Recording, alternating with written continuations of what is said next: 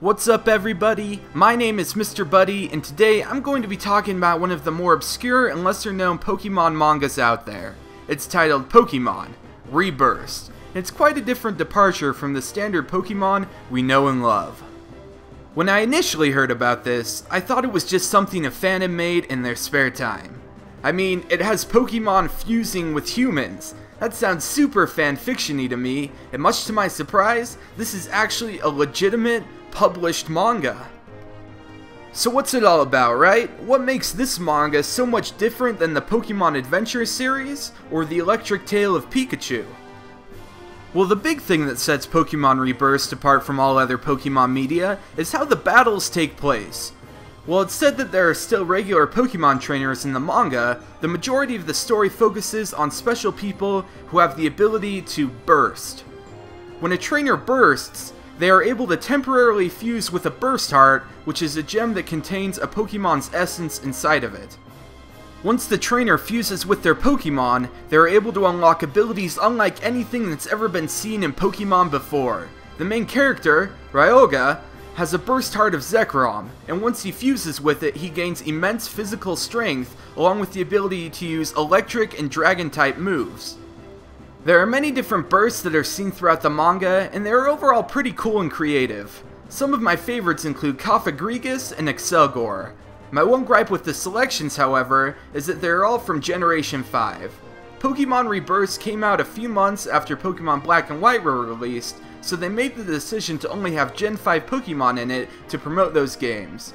It personally doesn't bother me too much, but I would have loved to see bursts from other generations. Now that you know the main element that plays a part in the story, what is the actual story like? Well, to sum it all up, Ryoga, the main character, is searching for his father.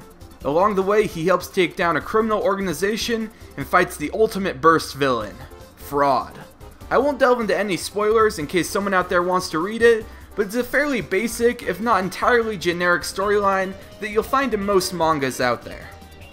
My overall thoughts on this series are somewhat mixed. Part of me thinks that it's really a cool idea to have Pokemon fuse with humans. I mean, yeah, it's been done by several franchises out there, but seeing Pokemon do the fusion idea is pretty neat. The only gripe I really have with Pokemon ReBurst is that it doesn't really feel at all like Pokemon. There's a number of reasons why I feel this way, but the big one is that the actual Pokemon themselves don't take center stage at all in this manga. For me, if something has the word Pokemon in it, then the Pokemon themselves should be part of the main focus. In Pokemon ReBurst, there are only a handful of times that you see Pokemon in the wild, and most of the time you just see them in burst hearts. This begs the ultimate question though. If you like Pokemon, should you read this manga? Overall, if you're a fan of shonen mangas with lots of action, and you also enjoy Pokemon, then there's a good chance you'll enjoy Pokemon ReBurst. There's plenty of action, and while there's not too many legitimate Pokemon, the burst forms based on Pokemon definitely look pretty cool. If you're looking for something that feels more Pokemon, and focuses on trainers and their interactions with Pokemon, then this manga probably won't do much for you. Pokemon ReBurst focuses heavily on human drama, and Pokemon themselves just kind of take a back seat to that. If you're looking for a good Pokemon manga that feels like classic Pokemon, then I'd highly suggest Pokemon Adventures. Otherwise, this probably won't fit that need. And with that, we've taken a brief look at one of the more obscure Pokemon mangas out there. This was the first appearance of the Burst, and it will likely be the last as well. Thanks for watching, and I'll catch you later.